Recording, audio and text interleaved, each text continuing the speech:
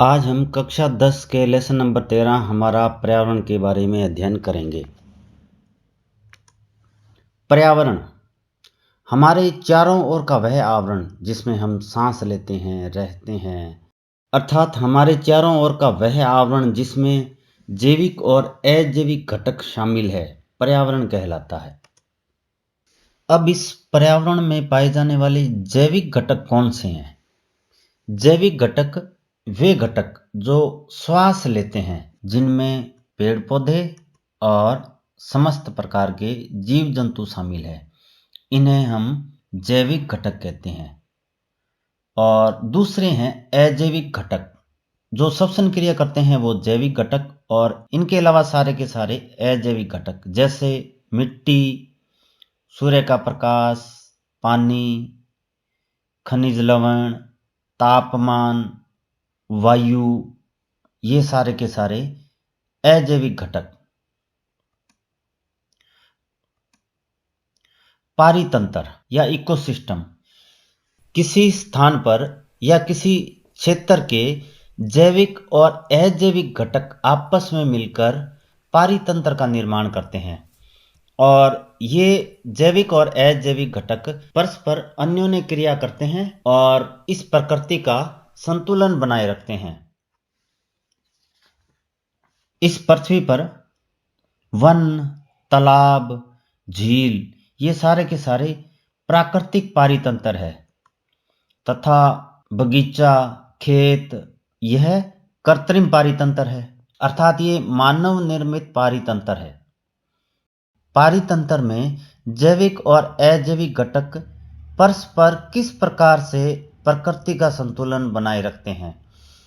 तो जो पौधे हैं वह सूर्य के प्रकाश की उपस्थिति में अपना भोजन बनाते हैं तथा मिट्टी से पोषक तत्वों और जल को ग्रहण करते हैं तथा स्वपोषी के रूप में अपना भोजन समय बनाते हैं। और इन पादपों से जंतु अपना भोजन प्राप्त करते हैं। और जब यह जंतु मर जाते हैं तो मरने के बाद अपघटक इनके शरीर को छोटे छोटे टुकड़ों में तोड़कर मिट्टी में मिला देते हैं।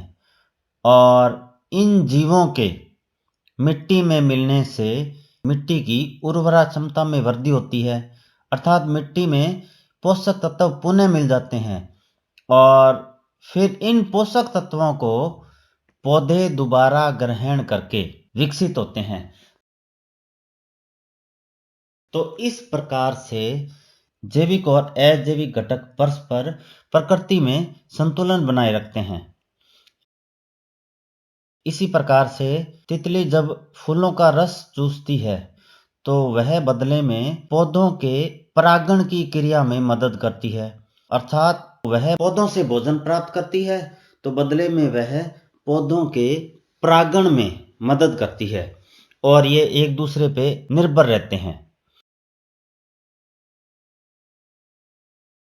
इसका एक अन्य उदाहरण हम यह भी ले सकते हैं कि जीवों के द्वारा जब फलों को खाया जाता है तो फलों को खाने के पश्चात वो जीव उनके बीजों को एक स्थान से दूसरे स्थान पर ले जाकर फेंक देते हैं। तो इस प्रकार से वह पौधा दूसरे स्थान पर उगता है।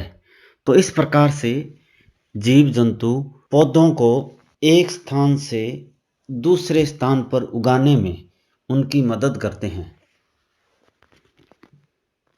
जैव निम्नीकरणीय पदार्थ, अब आपने देखा होगा कि सब्जी, पेड़ पौधों के अपशिष्ट पदार्थ, जीव जंतु, ये सारे के सारे इस मिट्टी में जब मिलते हैं तो कुछ समय के बाद जैविक प्रक्रम के द्वारा अपघटित होकर नष्ट हो जाते हैं।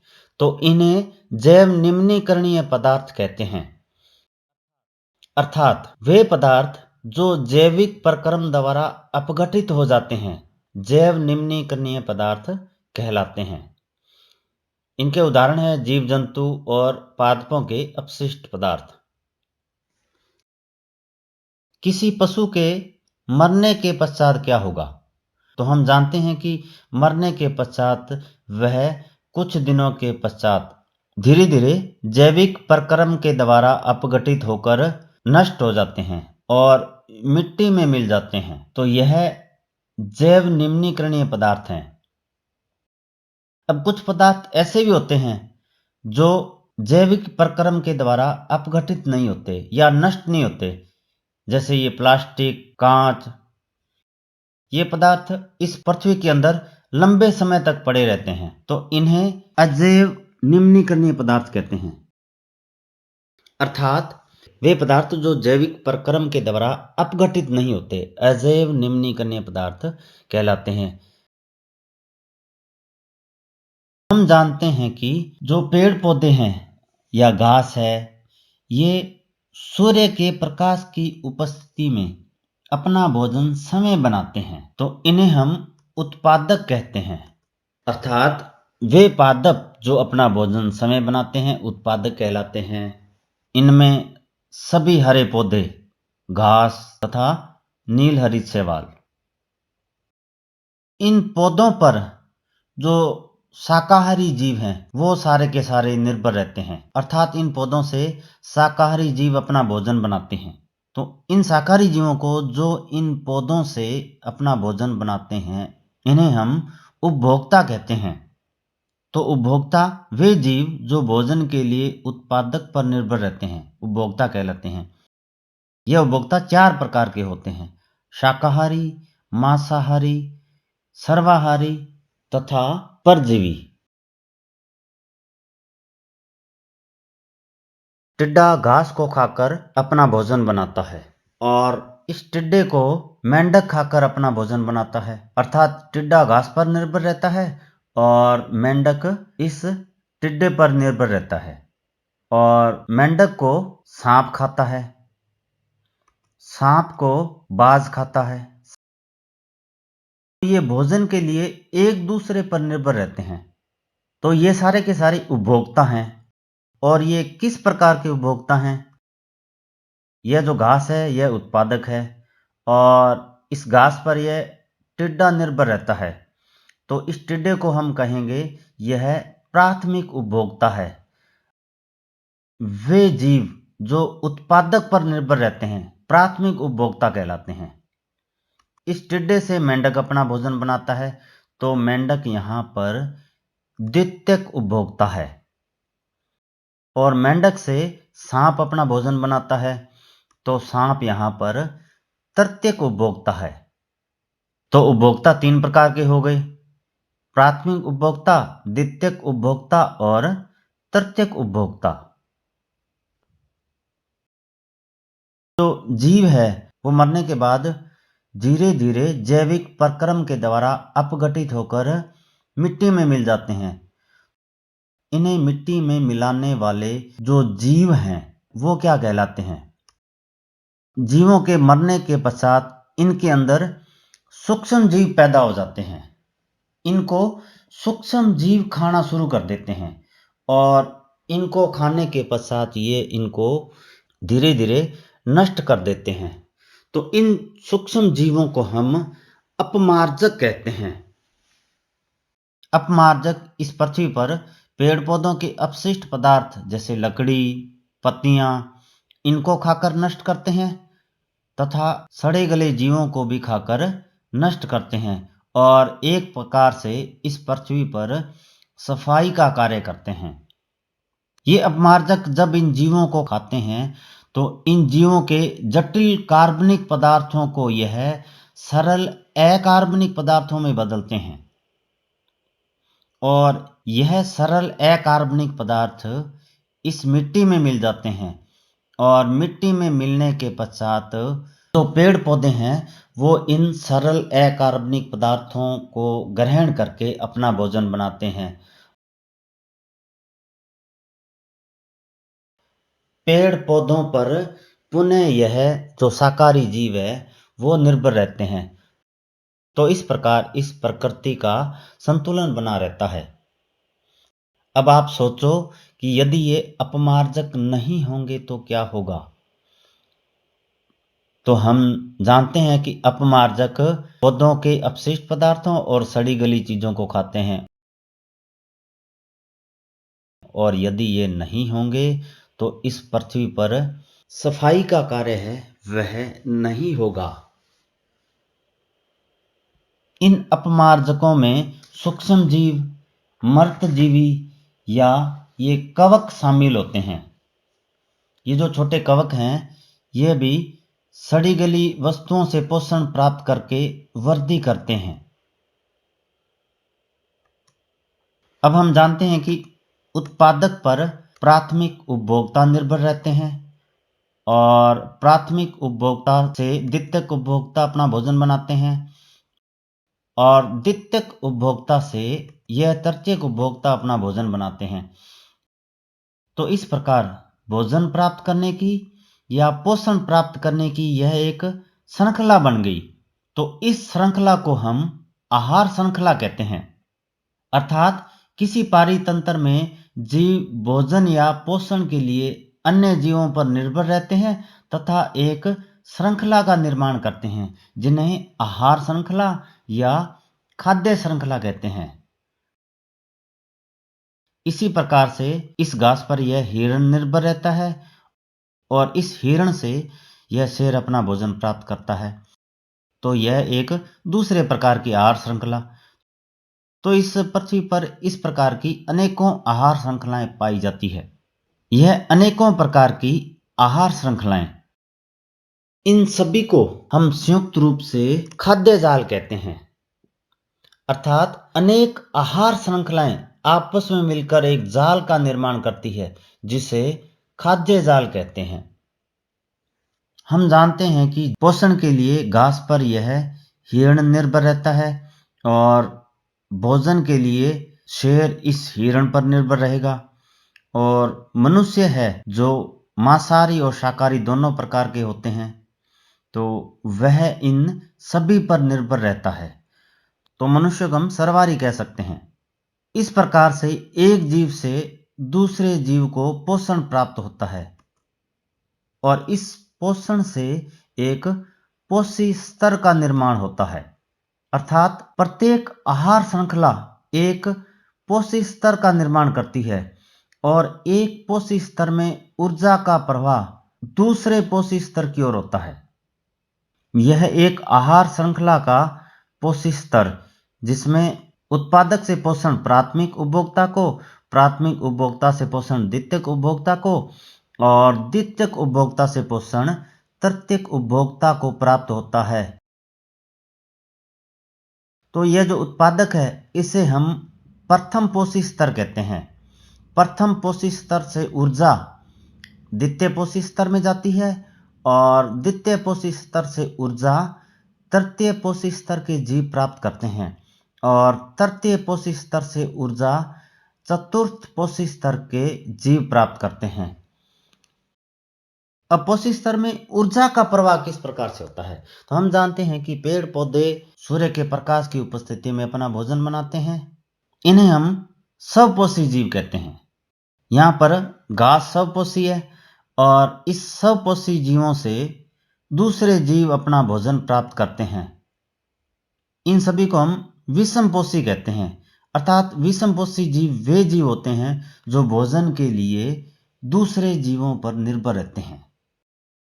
स्वपोषी अर्थात अपना भोजन स्वयं बनाने वाले और विषमपोषी अर्थात अपने भोजन के लिए दूसरों पर निर्भर रहने वाले।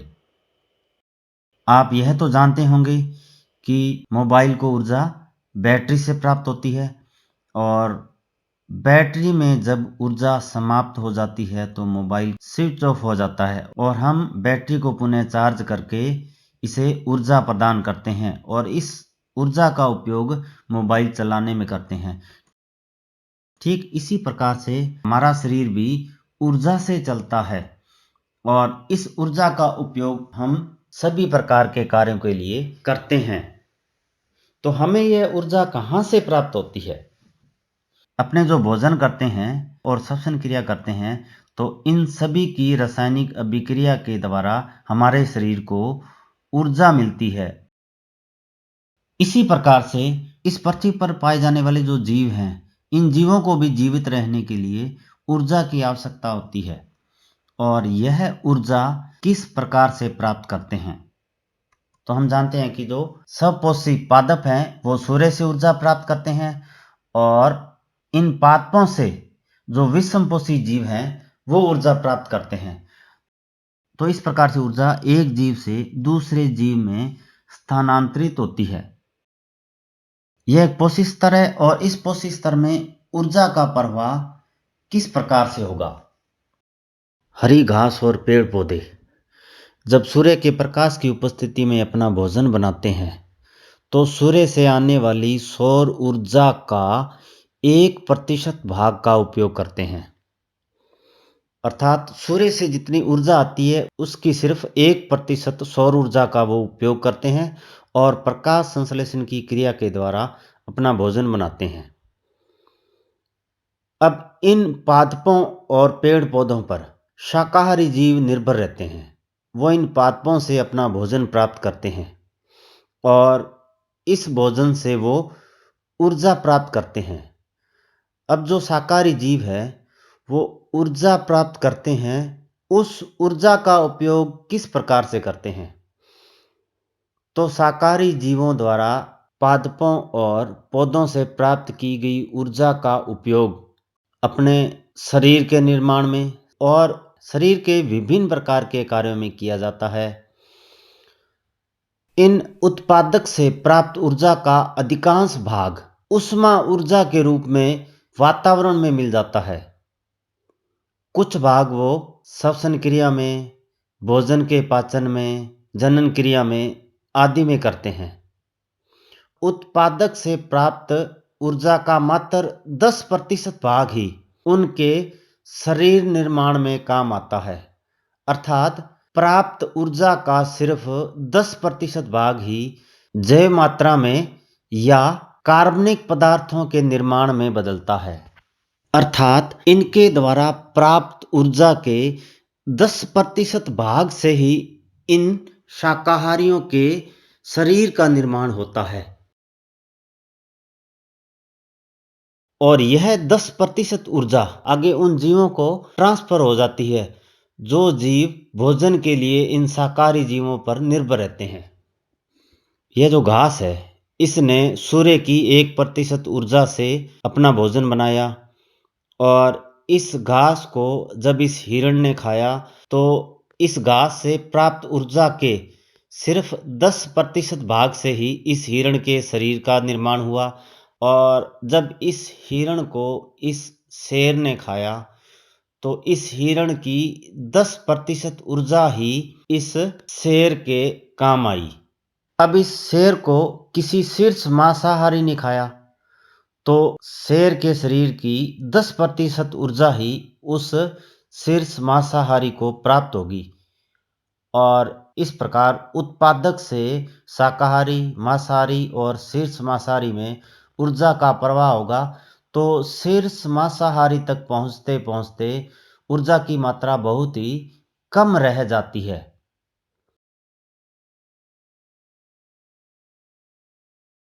जो निचले पोषी स्तर है उसमें जीवों की संख्या अधिक होती है, और यह जीव उत्पादक स्तर पर सर्वाधिक होती है। ऊर्जा का जो प्रवाह है वह एक दिशिक होता है, अर्थात ऊर्जा एक ही दिशा में प्रवाहित होती है। स्वपोषी द्वारा ग्रहण की गई ऊर्जा पुनः सौर ऊर्जा में परिवर्तित नहीं होती। जैव मात्रा या बायोमास पेड़ पौधों या जंतुओं के शरीर में उपस्थित कार्बनिक पदार्थ जिनका उपयोग हम ऊर्जा या ईंधन के रूप में कर सकते हैं उन्हें जैव मात्रा या बायोमास कहते हैं। हम जानते हैं कि हमारे जो खाद्य पदार्थ हैं इनको रोगों से या कीड़ों से या कीटों से बचाने के लिए इन फसलों के ऊपर विभिन्न प्रकार के रसायनों और पीड़कनाशी या स्प्रे का उपयोग किया जाता है। तो क्या आप जानते हैं कि यह हमारे लिए कितने हानिकारक हैं। पीड़कनाशी या स्प्रे या इन रसायनों का जो उपयोग किया जाता है तो यह कुछ तो इसी मिट्टी में मिल जाते हैं और कुछ पानी के साथ बहकर जो जल स्रोत हैं उनमें चले जाते हैं। क्योंकि यह जो रसायन है यह क्या है कि अनअपघटनीय है, अर्थात यह जैविक प्रक्रिया के द्वारा अपघटित नहीं होते। अब क्या होगा कि जब ये मिट्टी में मिल जाएंगे, जब ये पेड़ पौधे मिट्टी से पोषक तत्व प्राप्त करते हैं, तो उस प्रक्रिया के दौरान यह जो रसायन है, इनको भी यह पोषक तत्वों के साथ ही प्राप्त करते हैं और यह रसायन पौधों में जमा हो जाते हैं और पौधों से यह रसायन उस पौधे के फलों में आ जाते हैं। जब इन पौधों को दूसरे जीव खाते हैं, तो यह जो रसायन है वह दूसरे जीवों में स्थानांतरित होते हैं और हम जानते हैं कि भोजन के लिए एक जीव दूसरे जीव पर निर्भर रहता है, तो यह रसायन एक जीव से दूसरे जीव में स्थानांतरित होते रहते हैं। जो मनुष्य है वो किसी भी आहार श्रृंखला पर शीर्ष पर है, अर्थात यह रसायन विभिन्न प्रकार के जीवों के माध्यम से होते हुए अंत में मनुष्य के शरीर में पहुंच जाते हैं। क्योंकि ये रसायन अजैव निम्नीकृत है, अर्थात ये अपघटित नहीं होते, तो यह हमारे शरीर में इकट्ठे होना शुरू हो जाते हैं या संचित होना शुरू हो जाते हैं। इन्हें हम जैव आवर्धन कहते हैं। क्योंकि हम जानते हैं कि यह जो रसायन है यह इन फसलों के अंदर होते हैं। यही कारण है कि गेहूं, चावल, फल तथा सब्जियों को आप बाहर से धोओगे तो इन रसायनों को बाहर से धोकर अलग नहीं कर सकते। अब यह जो रसायन है जब जल स्रोतों में चले जाते हैं, तो जल के स्रोतों में जलीय पौधे और जलीय जीव इस जल का उपयोग करते हैं, तो उसके माध्यम से यह जलीय जीवों के शरीर में चले जाते हैं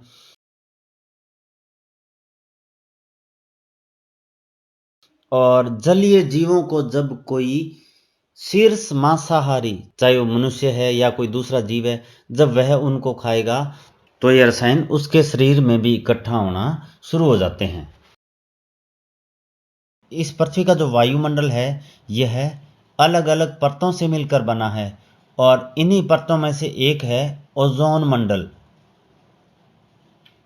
यह पृथ्वी की तीसरी परत है और इस ओजोन मंडल के अंदर ओजोन गैस पाई जाती है।